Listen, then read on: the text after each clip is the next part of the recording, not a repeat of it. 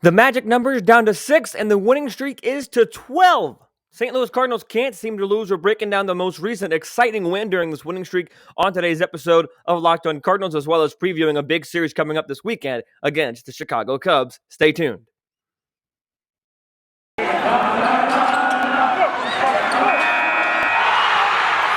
are Locked On Cardinals, your daily St. Louis Cardinals podcast, part of the Locked On Podcast Network, your team every day.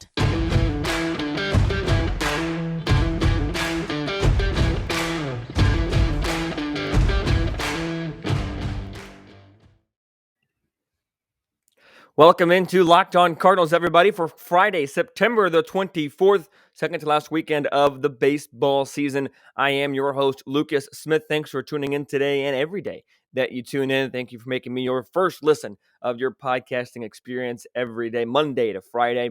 Even if I'm your last, I appreciate you tuning in for this exciting week.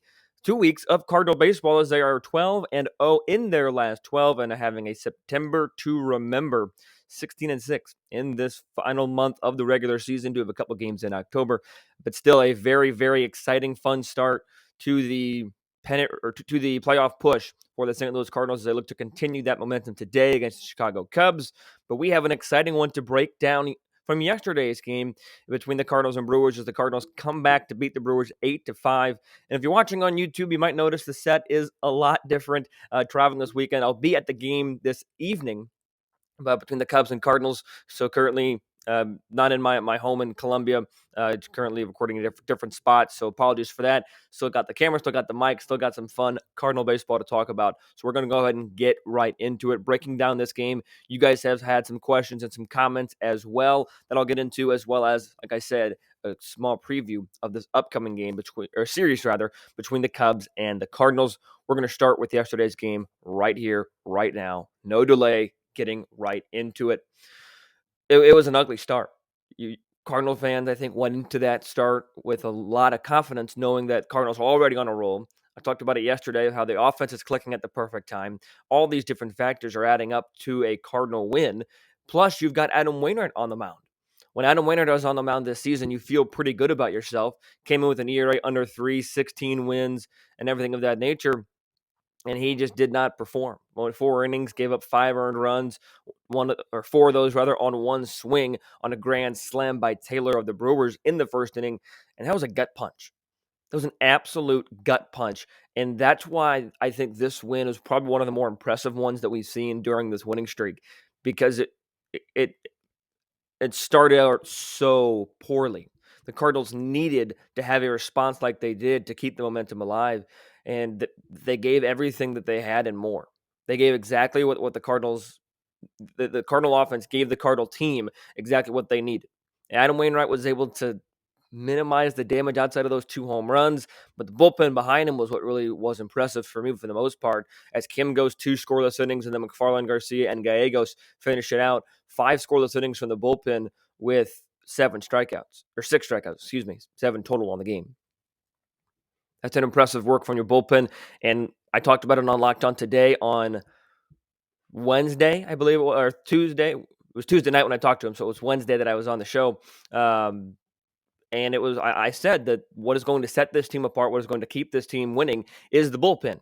And it was the bullpen yesterday that really allowed the Cardinals to make a comeback. And, it was a famous Wainwright quote from Game 5 of the 2012 National League Division Series when the Cardinals came back in the 9th with base hits by Pete Kozma and Daniel Descalso. Wainwright said he started that game as well. He said, well, the comeback wouldn't have been possible without me. Wainwright always in the chipper mood no matter what and finds a way to make light of any situation. So he was able to provide the necessary ingredients for a comeback yesterday as well. And we're smiling about it now, or we're having fun with it now, because the Cardinals were able to win. And they were able to win because of their offense. The offense chipped away. You thought once they only got 1 run in the fifth inning, after loading the bases, then you might have thought, okay, that's going to be the moment. Because in every game, or most games anyways, especially when you think about it from a coaching standpoint, there's a moment in the game that you can pinpoint to say, okay, this is where the game was lost. Okay, this is where the momentum fell. This is where X, Y, Z happened to cause a loss or to cause too much of a hill to climb up from. And I thought that was it. The Cardinals scored one run in that fifth inning, loaded the bases, but Tommy Edman popped out, and that was it. That was the end of the inning. Tommy Edman ended up coming through later in the game a little bit because of his hustle. Because the Cardinals had the bases loaded again when they scored 4 runs in the seventh inning, just 2 innings later. And again, it was Tommy Edman up, this time with 1 out instead of 2. And Tommy Edman, I talked about it in the Locked On Now video posted on Locked On on LO_Cardinals as well as on Twitter and Instagram. And it was the hustle by Tommy Edman that really set up that inning. Because if he doesn't hustle out and beat out that ground ball that could have been a double play, the inning's over. Inning's over, and then you really say, okay, you had the bases loaded twice. You only got 2 runs out of those situations total. This game really is going to be over now. That's it. But Tommy Edman was able to hustle it out. And when things are going good, things are going good. It's one of those weird phenomenons that if the Cardinals are on a losing streak right now, maybe you say, okay, well, then that's probably a tailor-made double play instead of Edman hustling it out, beating it out, and able to keep the inning alive. And we all saw what happened in that seventh inning. As a wild pickoff got away, and then Paul Goldschmidt with a bomb in the seventh inning. Paul Goldschmidt is on an absolute terror in the second half. Had 2 home runs yesterday. But it's the little things that make up a win like this. You have the Tommy Edman hustle on a ground ball, and then you have the Dylan Carlson excellent base running on what could have been single. Right fielder throws it all the way to third base without hitting the cutoff man. Carlson just scampers on into second base. Another runner at scoring position. It's the little things that make the difference. And the Cardinals right now are doing all the little things. They're making fantastic plays on defense. You saw the Nolan Arenado tarp catch the other day. They're making the right, smart plays on the base paths. You heard Tom Verducci talk about that in the YouTube game yesterday on air. They're doing all the little things right. Everything. And, I said the other day, well, they're probably going to lose at least once before the season's over. Not so sure now. Cardinals have won 12 in a row. That's the first time since 1982 that's happened. They're 2 off the franchise record. So if they win this afternoon and win at the game I'm at this evening, I will get to see the franchise record tying win, which would be super exciting. But last night was a signature win. We've had so many moments this year where you could say, oh, that's up there for loss of the year. That's up there for loss of the year. That's up there for loss of the year. So many games back to back to back, it seemed like within a matter of weeks that just, okay, this season's over. Can't come back from this. And again, maybe that was an overreaction on my part, on our part, whoever was thinking that. But I think I'll be the first to admit that I thought that a little bit. Excuse me as I move the camera a little bit on YouTube. My apologies. But now we're getting a lot of candidates for wins of the year. The 8-7 win against San Diego, the extra inning win against the New York Mets, this most recent win against the Milwaukee Brewers. The Cardinals are playing their best baseball at the right time. There's just no other way of saying it. And it's the offense that is just absolutely clicking right now. Because we've had moments this season where 1, 2, maybe 3 guys are on a roll hitting. But mostly they don't overlap a lot. We've had moments this season where the Cardinals have they're starting pitching, giving you quality starts night in, night out. All right, back on the YouTube page. I apologize. Connection in this new place is still a little funky. I'm doing this kind of a live right back, so I don't remember exactly where I cut off. But basically, Cardinals are playing their best baseball at the best time. I was wrapping up the segment anyways. Paul Goldschmidt continues to love to hit in Milwaukee, and the Cardinals just don't seem to want to lose. This win was made possible because of the offense. Paul Goldschmidt with 2 mammoth home runs, and it was the scratching and clawing, and also the mistakes of Milwaukee is kind of what I talked about before I cut out there. So apologies for that on YouTube. Hopefully it doesn't happen again.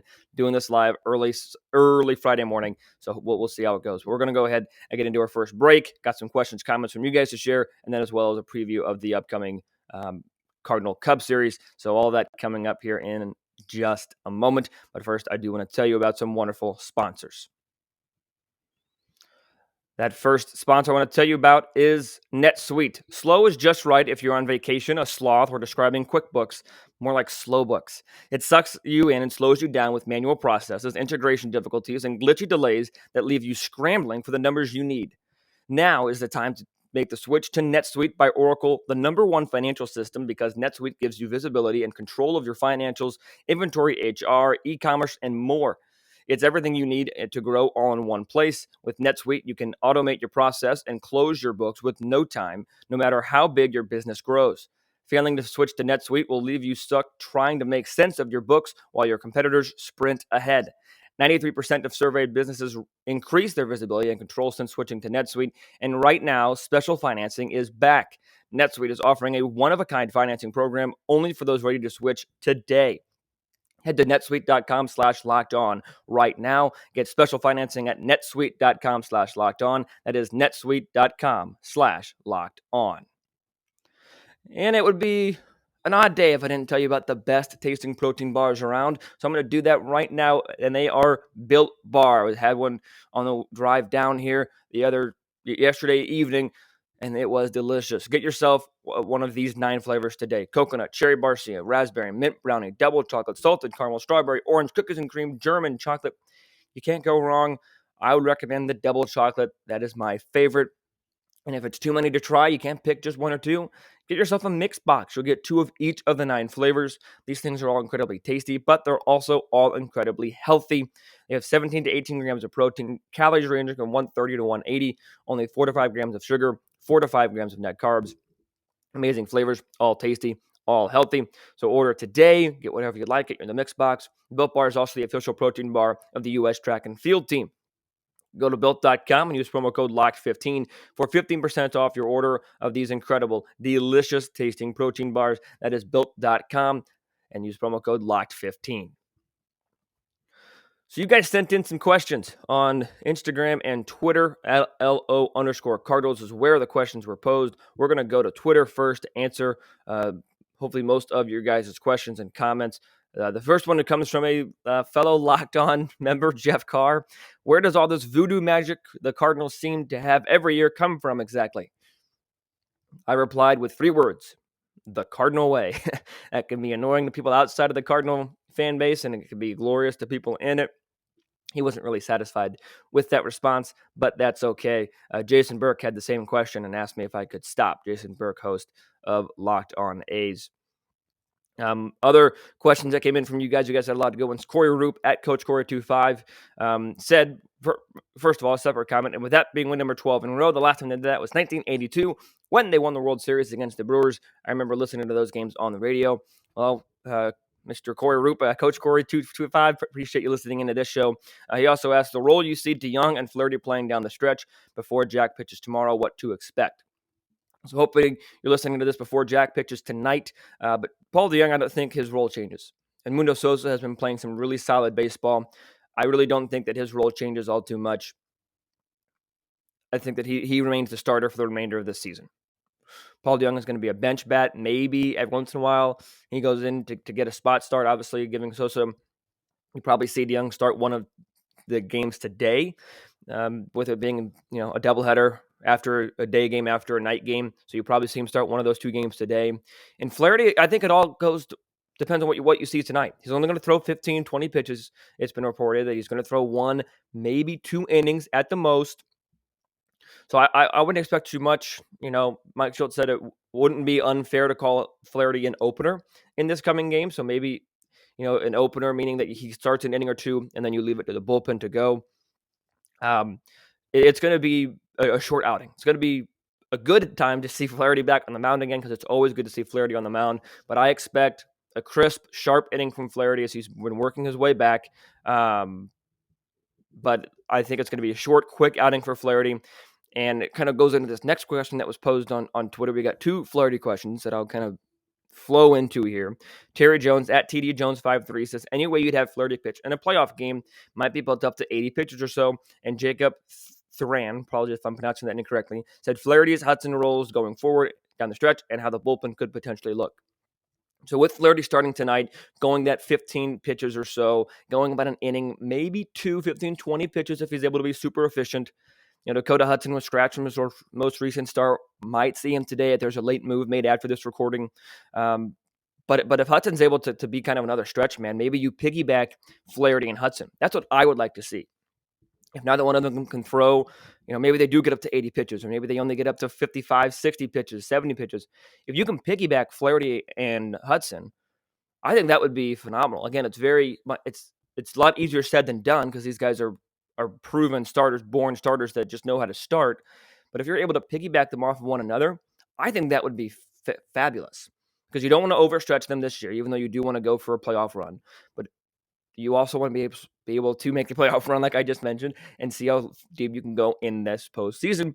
And they might give you the best shot. Dakota Hudson, I think sometimes the sabermetrics don't always love him, but I love what I see from Dakota Hudson a lot. Gets the numbers, gets the results, good ground ball pitcher. So I would like to see them piggyback. I really would. And again, that is just my personal opinion. I haven't seen too many reports of them piggybacking off of one another. I would love them to do that. I think that would be effective. I think that would be a way to get the most out of both of these pitchers. Excuse me.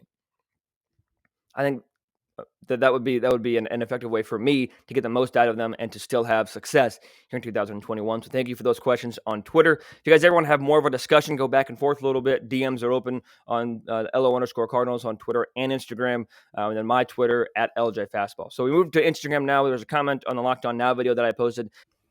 All right, back on the YouTube again. Apologies about all of this. I was in the middle of reading a question on Instagram that I kind of already answered a little bit, but this question came from Tyler Cardwell85 on Instagram saying, what's your thoughts on bringing Jack back this season? Do you think it's smart? Also, does Edmundo Sosa get the nod from here on out?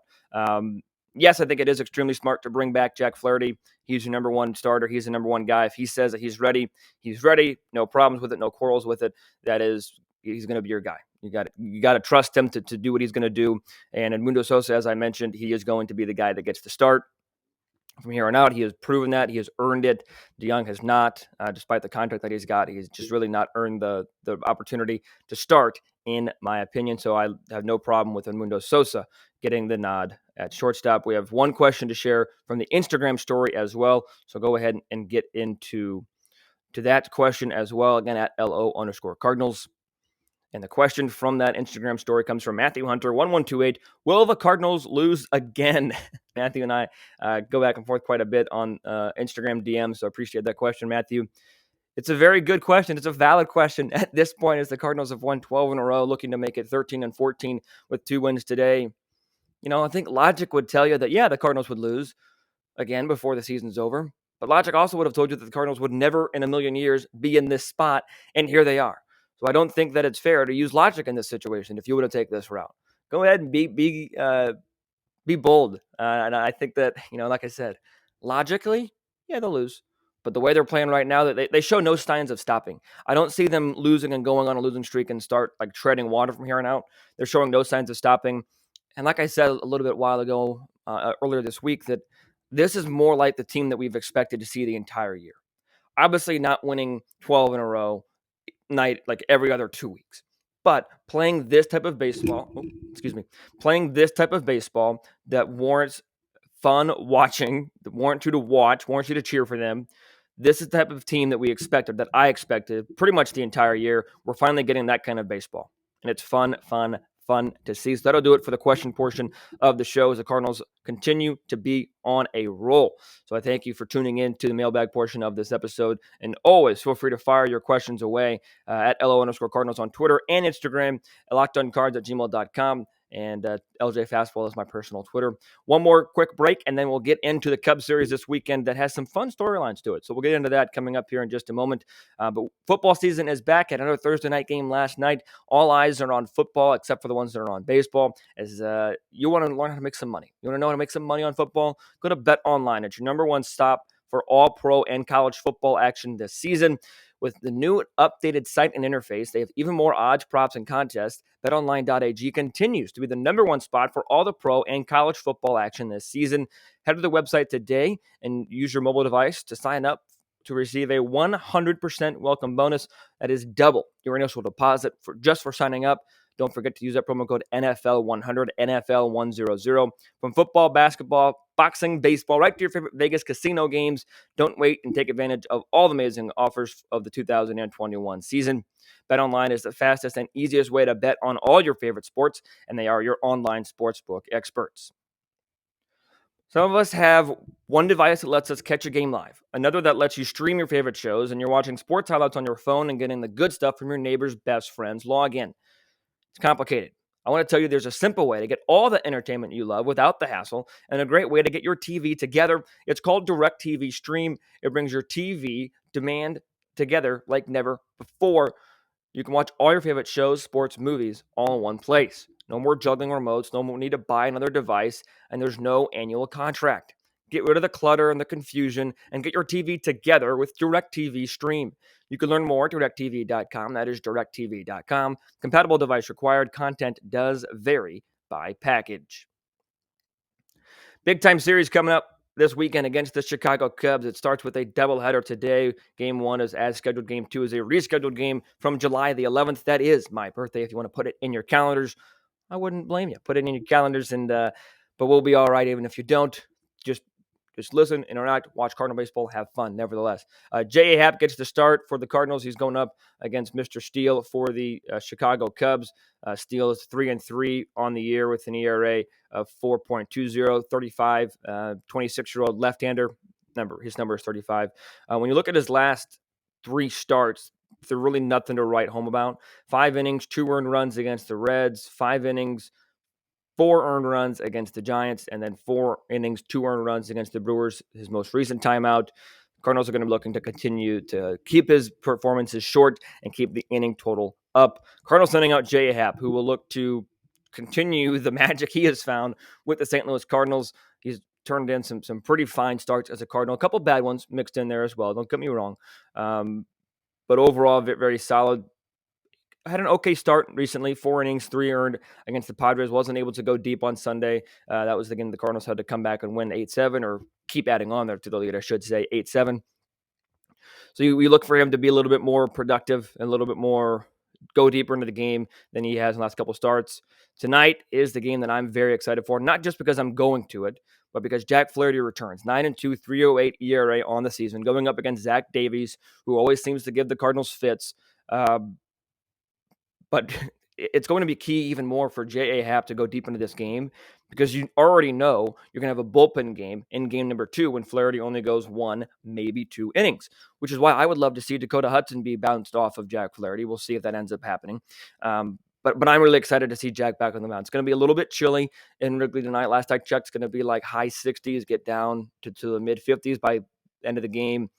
But it's going to be an exciting game. I think anytime you get to play in Wrigley is an exciting time. And with Jack Flaherty on the mound returning again, second return of the season, I'm very, very excited to go. Get to go with my brother, girlfriend, and one of my brother's friends as well.